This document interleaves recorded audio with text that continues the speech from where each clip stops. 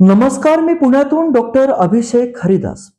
मावळचे खासदार श्रीरंग चंदू बारणे यांनी त्यांच्या निवडणूक प्रतिज्ञापत्रात खोटी माहिती दिल्याबाबत श्री अनिल भांगरे आणि मी माननीय वडगाव मावळ यांच्या न्यायालयात केस दाखल केली होती।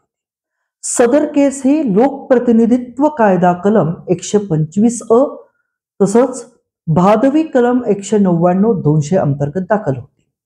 सदर केसमध्ये तक्रारीची दखल घेऊन माननीय न्यायालयाने तक्रारदारांचे किंवा फिर्यादीचे व्हेरिफिकेशन केले होते।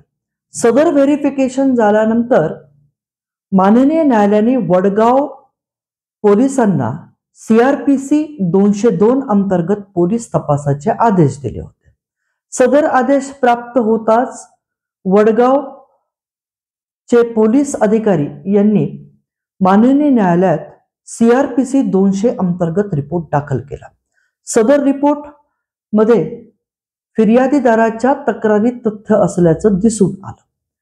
त्यानंतर युक्तिवाद करण्यात आला। सदर युक्तिवादामध्ये फिर्याददारांनी जे दिलेले पुरावे आहेत किंवा फिर्याददारांनी जे दिलेले सायटेशन्स आहेत, हे सायटेशन माननीय न्यायालयाने ऍक्सेप्ट केले व विशेष न्यायालय आमदार खासदार प्रथम वर्ग न्यायदंडाधिकारी वडगाव मावळ यांनी दिनांक 15/9/2025 रोजी दखल घेतलेली आहे।